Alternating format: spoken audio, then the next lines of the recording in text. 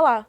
Começa agora a edição de estreia do Unisciência, o telejornal da Universidade Católica de Pernambuco, para você se atualizar sobre ciência, tecnologia e inovação. No programa de hoje, vamos conversar com Stephanie Vilela sobre os altos índices de violência contra a mulher no Brasil. Biotecnologia, você sabe o que é? Aqui você confere a importância de debater esse assunto. E ainda, bullying, doenças mentais e a cultura do hate nas redes sociais. O Unisciência já está no ar.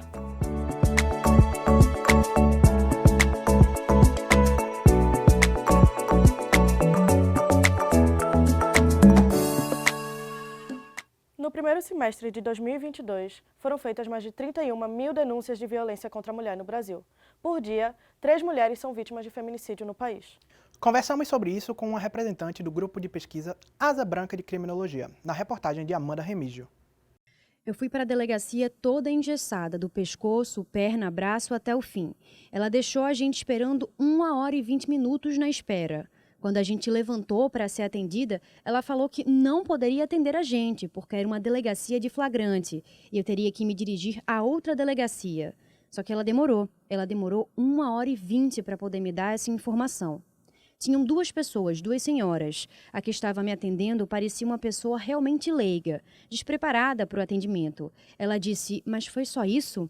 Não, isso não é o suficiente. O desabafo foi registrado num estudo da Universidade Católica de Pernambuco, junto com o grupo Asa Branca de Criminologia, que analisou como a justiça lida com mulheres vítimas da violência de gênero.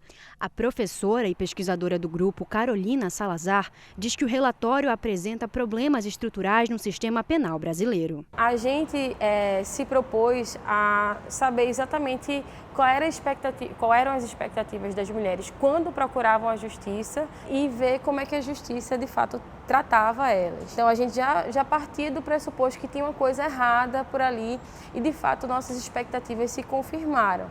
Iniciado em 2018, o estudo analisa não só o atendimento nas delegacias, como as penas dos agressores, mas ainda apresenta outro problema, a dependência emocional.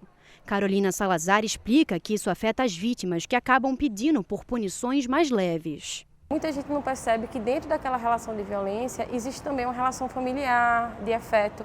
Então acaba sendo um problema muito complexo. E aí essas mulheres, regra geral, não têm aquela expectativa de punição, né? Ou então elas não querem retribuir o mal que eles causaram para elas. A questão da dependência emocional é determinante. No estudo foi constatado que no Recife, 46% das mulheres continuam no relacionamento mesmo depois de denunciarem alguma violação. Na capital pernambucana, dentre as principais queixas, temos injúria, ameaça e violência doméstica. Mas crimes como difamação, estupro e até homicídios também foram registrados.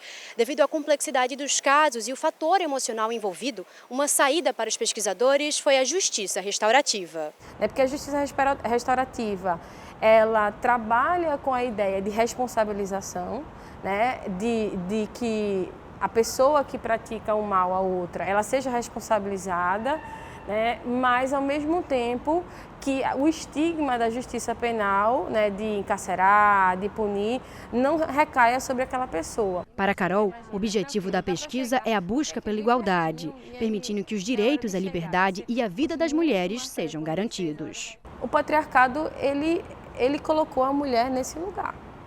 É o patriarcado que colocou a mulher nesse lugar. O que a gente quer, inclusive, superar. Puxando o gancho da matéria de Amanda, estou aqui com Stephanie Vilela, estudante do 7º período de Direito na Unicap e presidente também do DCE e do Diretório Acadêmico da Universidade.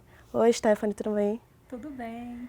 Então, como o DCE ele aborda a questão da violência contra a mulher?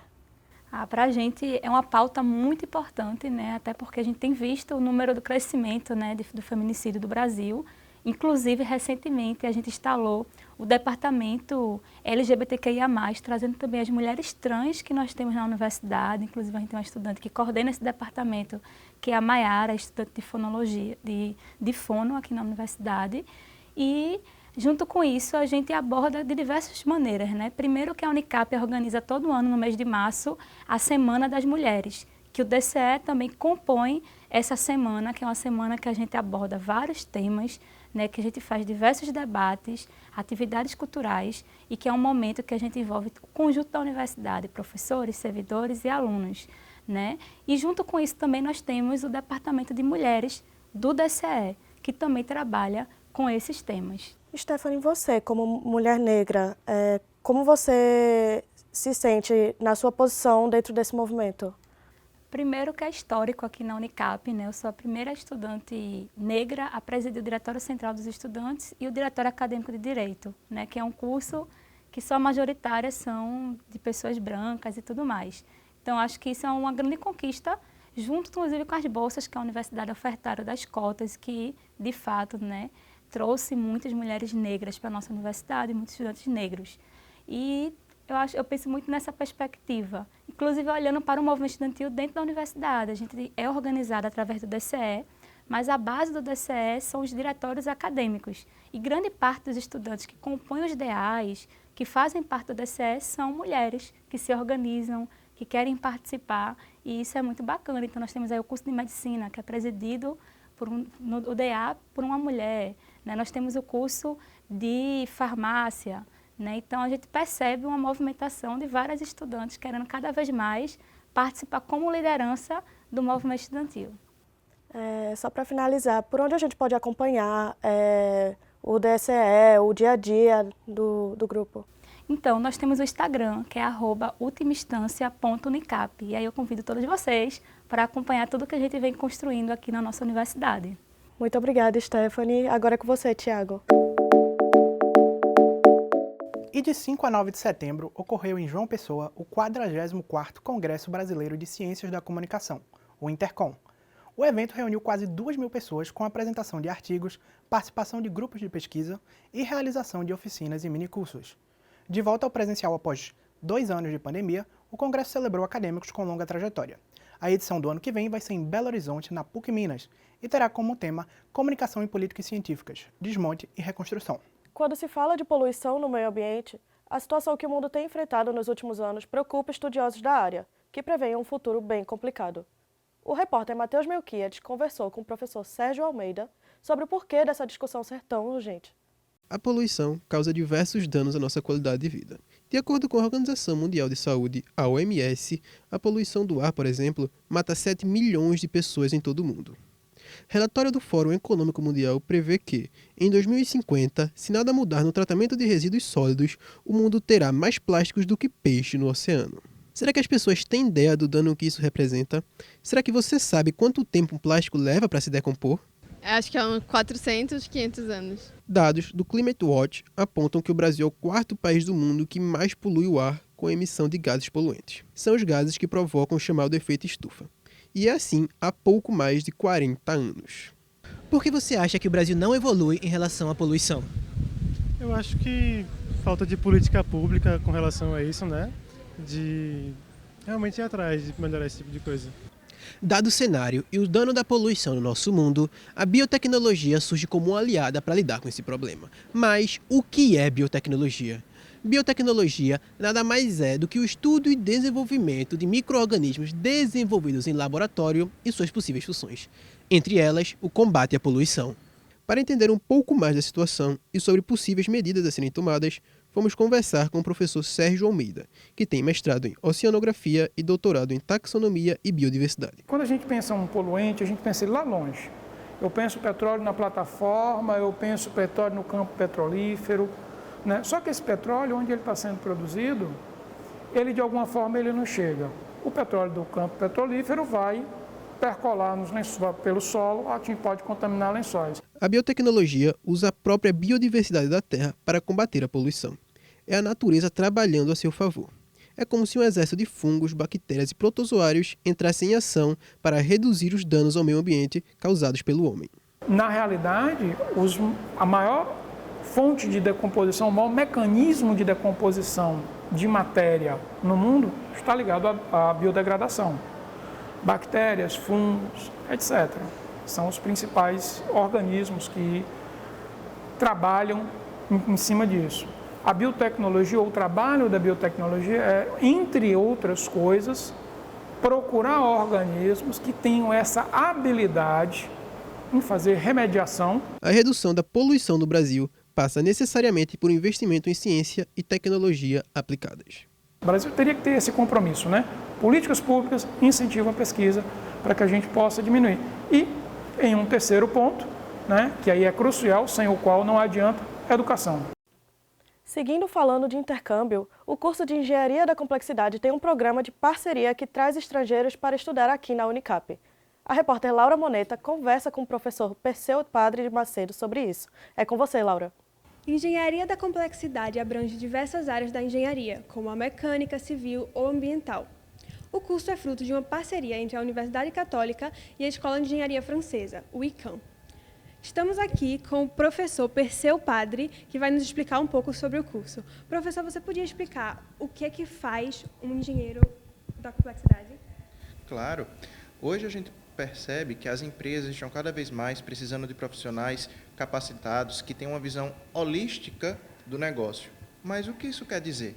Quer dizer que ele não está buscando apenas profissionais que são formados em engenharia civil, apenas em engenharia mecânica, química, elétrica, produção, porque todas as engenharias têm suas particularidades, porém eles têm uma visão mais limitada para essa sua área de atuação.